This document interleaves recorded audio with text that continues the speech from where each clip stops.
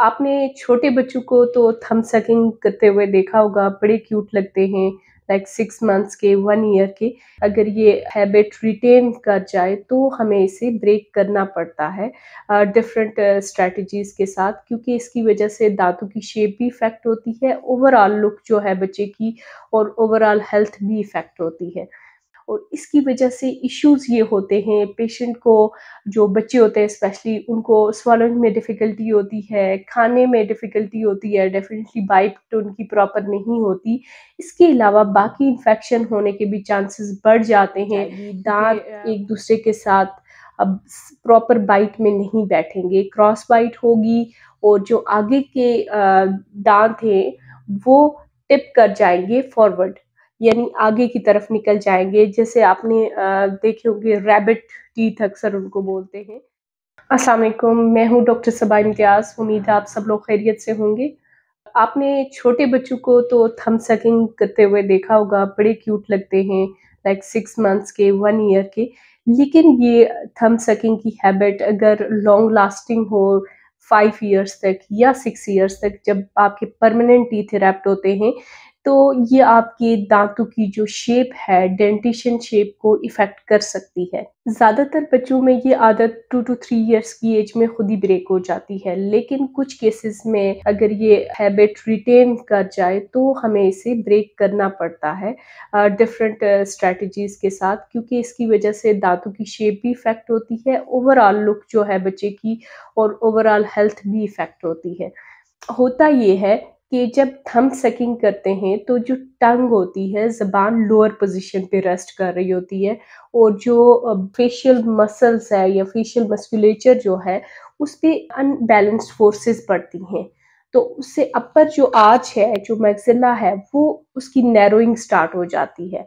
जब वो नैरो होगा तो पोस्टीरियरली क्रॉस बाइट डेवलप हो जाएगी। दाँत एक-दूसरे के साथ अब प्रॉपर बाइट में नहीं बैठेंगे, क्रॉस बाइट होगी और जो आगे के दाँत हैं वो टिप कर जाएँगे फॉरवर्ड, यानी आगे की तरफ निकल जाएँगे। जैसे आपने देखे होंगे रैबिट टीथ अक्सर उनको बोलते हैं। इसी तरह जो नीचे के दाँत हैं वो उनकी टिपिंग हो जाएगी लिंगुअली या पीछे की तरफ, और सामने की जो बाइट है वो ओपन रह जाती है।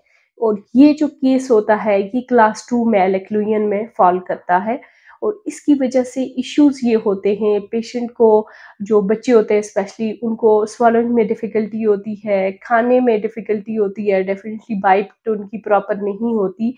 इसके अलावा बाकी इन्फेक्शन होने के भी चांसेस बढ़ जाते हैं, क्योंकि वो बार-बार अपना थंब जो होता है वो किसी भी, अगर इन्फेक्टेड ही होता है डेफ़िनेटली, अगर बार-बार वो टच करते हैं हर चीज़ को और फिर वो मुँह में रखते हैं उसको, तो उससे इन्फेक्शन के चांसेस भी बढ़ जाते हैं।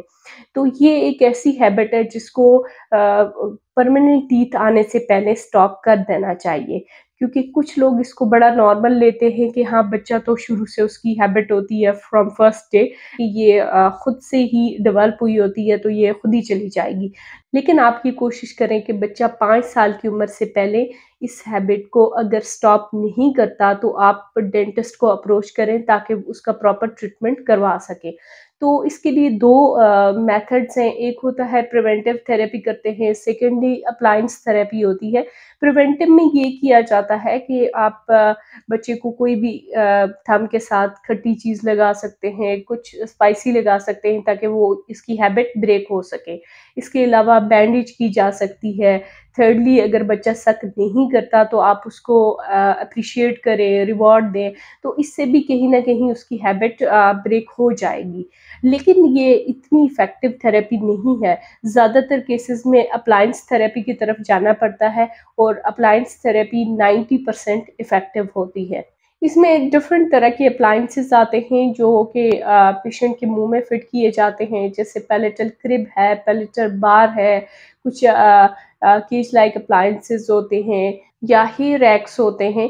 ये वो सारे अप्लायंसेस हैं जो कि इस हैबिट को ब्रेक करने के लिए यूज़ किए जाते हैं।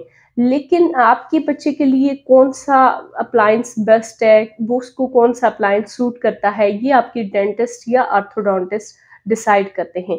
अगर आपके बच्चे की भी 5 साल से उम्र ज़्यादा है और वो उसको थंब सकिंग की हैबिट है, तो आप ज़रूर उसको डेंटिस्ट को दिखाएँ, ताकि जो लॉन्ग टर्म उसकी डेंटिशन है, परमानेंट जो टीथ है उसके वो इफ़ेक्ट ना हो और एक मेजर जो मैल एक्लूजन है वो डेवलप ना हो। क्योंकि जब बच्चे को डिफ़िकल्टी होगी खाने-पीने में, बोलने में, और इससे सोशल डिफ़िकल्टीज़ भी होती हैं, और इससे बच्चों को सिर्फ़ स्वallowing में या खाने में प्रॉब्लम नहीं होती, बल्कि इसके साथ-साथ उनको स्पीच पैटर्न उनका थोड़ा-सा डिस्टर्ब हो जाता है, या इसके साथ आप देख सकते हैं उनको सोशल डिफ़िकल्टीज़ होती हैं, क्योंकि अपीयरेंस भी काफ़ी ज़्यादा इफ़ेक्ट हो जाती है।